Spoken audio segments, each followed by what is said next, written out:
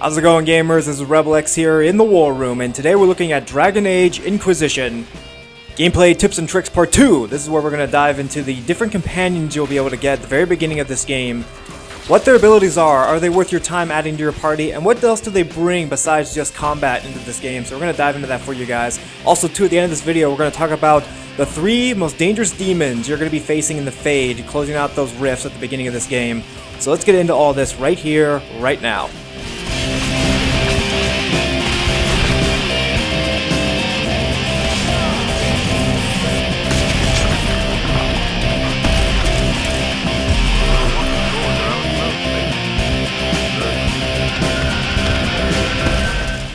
Alright gamers, the first character we're going to talk about is Sarah, the female archer, who is an elf character in this game. Now you will be led on to meet this character by the red Jenny missions you'll get when you enter the Chantry City.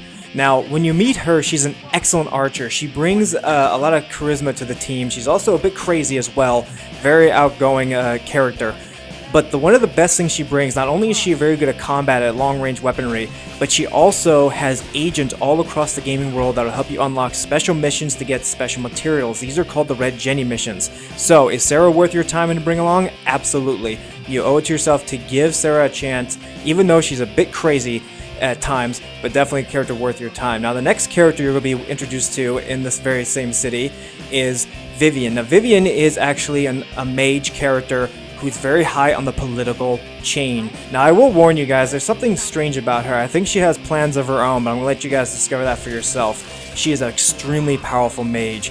She's definitely a companion you want on your team. She packs a punch, but also she opens up a lot of political circuits for you that allow you and the Inquisition to talk to representatives and politicians that you normally wouldn't be able to do unless Vivienne is on your team. So these missions here, as you see, Truth or Dare, these are the type of missions she offers. She's definitely a very powerful companion to have on your team, but also someone if you want to open up more political circles for you and the Inquisition to have. Alright gamers, now one of my favorite characters that you gotta have on your team, you'll meet him here on the Scout for the Stormy Coast. The character, Iron Bull. He is the Kunari guy with the eye patch. This guy, not only is he a great character and brings a lot of morale and brings his own army along to help the Inquisition, but also too, he's a very honest character. Now, he admits to you that he is a spy for the Kunari, but he's an excellent character to have on your team. He is by far the best frontline warrior in the game. This guy packs a punch. I've seen him kill up to 4 enemies on his own. Yeah, that justifies enough that Iron Bull needs to belong on your team. But also too, he's a very down-to-earth character, definitely worth having. Now, the next hero we're going to talk about here is the Grey Warden, Blackwall. Now, Blackwall, I will be honest with you, he's probably one of the weakest frontline soldiers I've had so far on my team. He can hold his own, but I've seen too many times him falling apart in the middle of a battle. But what does he bring? He brings Grey Warden treaties. If you've ever played the first Dragon Age, that means that he's able to talk to other nations, bring in money and troops into the Inquisition. Wouldn't recommend him being on your combat team, but definitely have him along for the Inquisition if you want to have more money going towards the team. Also too is that make sure you're always talking to your characters every time you return to base. This allows you to open up new missions, new dialogues, getting to know players better, and unlocking new companions to find, like Blackwall and also Iron Bull. So keep talking to every party member you have until you do. Now, on to the rifts. Now, the 3 demons I want to warn you about in the rifts when you fight them. The first one is the Rage Demon. You see your guy right there. He's a fire demon. Immediately, when you have a mage on your team, shoot ice at this guy. It will weaken him dearly. If he grows, if he charges up to his supersized form, he's virtually almost unstoppable. Take him down quickly. The next demons we're going to talk about here are the Terror Demons. These demons are the ones that pop out of the ground and also let out a loud screech noise. Disrupt them from calling out that screech. If you do not, they will send out a shockwave that knocks all of your characters down, stunning them and doing extra damage.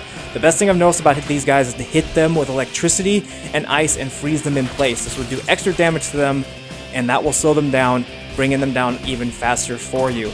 Now, the third demon that I really want to recommend you guys to take down above all other demons, if he's in the group, is an ice demon. This guy right here.